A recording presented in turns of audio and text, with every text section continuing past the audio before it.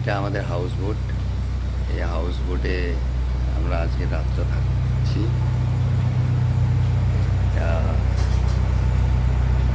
Double room house boat. এই হচ্ছে আমাদের রুম। চলো রুমের ভিতরটা দেখাই। এই হচ্ছে আমাদের রুম। এই বেডরুম, এই বেডরুম। এখানে একটা চেয়ার দেওয়া আছে, চেয়ার, একটা আয়না দেওয়া আছে, এসি দেওয়া আছে, ফ্যান। এই হচ্ছে রুম। এখানে একটা জানলা, জানলার পর্দা সরালে আউটসাইড ভিউ দেখা যায়।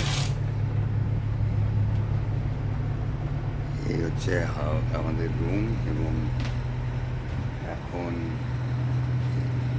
দেখো, এটা হচ্ছে ওয়াশরুম, ছোট্ট একটা ওয়াশরুম। এখানে শাওয়ার,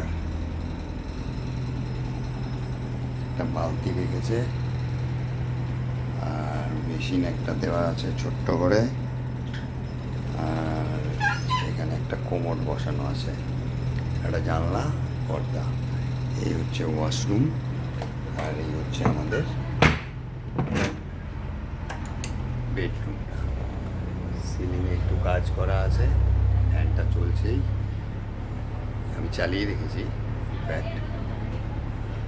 এই প্রিয়া বেশ সুন্দর। ওইদিকে এখানে একটা আলমারি দেওয়া রয়েছে, এখানে একটা আলমারি দেওয়া রয়েছে। আমরা আপাতত আমাদের ট্রলিগুলোকে এখানেই রেখেছি। প্রিয়া বেশ সুন্দর বসে গেছে গল্প করতে। যে দাদাটা আমাদের জন্য খাবার রান্না করছে, সেই দাদাটা একসময় জলপাইগুড়িতে ছিল। জলপাইগুড়িতে বিএসএফে চাকরি করে।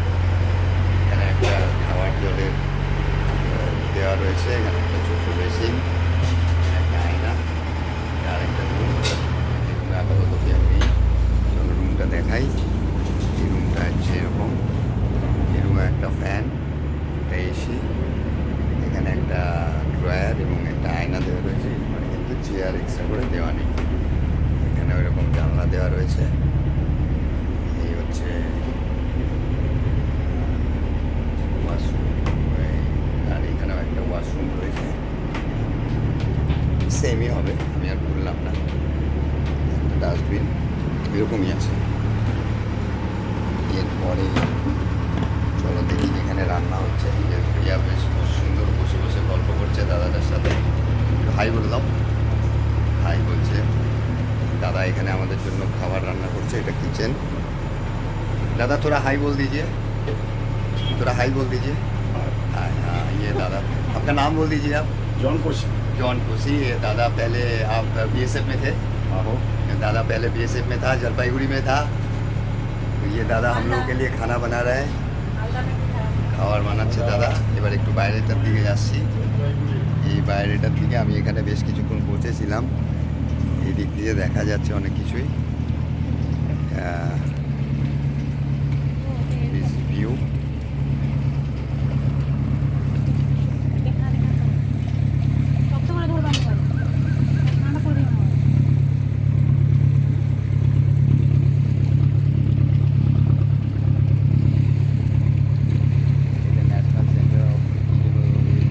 জন্য দেখা যাচ্ছে না লেখাটা। বোটটা পার হোক, তারপরে লেখাটা দেখা যাবে। ওটা সুইমিংয়ের কিছু একটা ব্যাপার আছে এখানে। সুইমিংয়ের কিছু একটা হবে, আমি দেখছি ধরা যায় কিনা ক্যামেরায়। এই বোটটা পেরিয়ে গেলে বোটটা হয়তো দেখতে পাবো লেখাটা।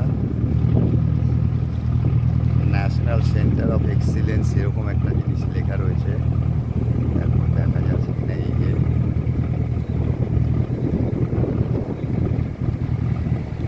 এটা স্পোর্টস অথরিটি অফ ইন্ডিয়া থেকে তৈরি করা ন্যাশনাল সেন্টার অফ এক্সিলেন্স। এটার পাশ দিয়ে এখন আমাদের বোটটা যাচ্ছে। So beautiful experience. Administrative office of sports and science centre. আচ্ছা, বোটিংগুলো এখানে এরকমই করে। আমাদের যদিও এটা শেয়ারিং হাউস বোট, কিন্তু আমরা ফরচুনেট যে আমাদের আরেকটা যে রুম আছে সেই কাপলটা এসে পৌঁছায়নি, সেই জন্য আমাদেরকে নিয়েই চলছে। হ্যাঁ, যেহেতু ওরা আসেনি সেহেতু এই বোটে আপাতত আমরা আমরা দুজনেই আছি, আর কেউ নেই। আর ওই দাদাটা আমাদেরকে রান্না করে খাওয়াচ্ছে। আসার সঙ্গে সঙ্গে আমাদের ওয়েলকাম ড্রিঙ্ক সার্ভ করলো। এখন আমাদের জন্য লাঞ্চ তৈরি করছে, এরপরে বিকেলে স্ন্যাক্স দেবে, আর কী দেবে, রাত্রে ডিনার দেবে। তারপরে সকালে আবার একটু ব্যাক ওয়াটার রাইডিং আছে, তারপরে আমরা বোট থেকে ডিবোর্ড।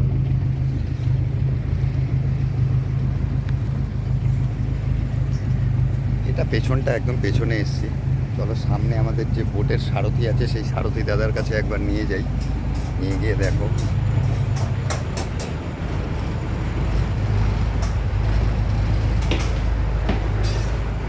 পাশে এরকম একটা প্যাসেজ, এই প্যাসেজ দিয়ে হেঁটে আর কি কিচেনের ওখানে গেলাম। এই যে আমাদের সারথি দাদা, উনি শুধু মালায়ালামই বলতে পারেন, আর কিছু বলতে পারেন না। হাই বল দিজিয়ে, হাই হাই হাই। হ্যাঁ, ইয়ে দাদা সারথি আছেন, আমাদের নিয়ে যাচ্ছেন উনি শুধু মালায়ালাম। আপ সির্ফ মালায়ালাম না, সির্ফ মালায়ালাম না, আপনার নাম এমডি গণেশন, এমনি গণেশন দাদার নাম। ফাইন, উনি মালায়ালাম ছাড়া অন্য কিছু বলতে পারেন না, বোঝেনও না। ইংরেজিও তাই, ইংরেজি হিন্দি উনার উনি জানেন না, বলছেন আমাকে শুধু মালায়ালামই বলেন। আমারও অসুবিধা হচ্ছে, আমি মালায়ালামে কিছু বুঝি না। যাই হোক, আপাতত এইটুকুই এখানে শেষ করছি, পরে আবার আরেকটা ভিডিও করা যাবে। ততক্ষণের জন্য টাটা।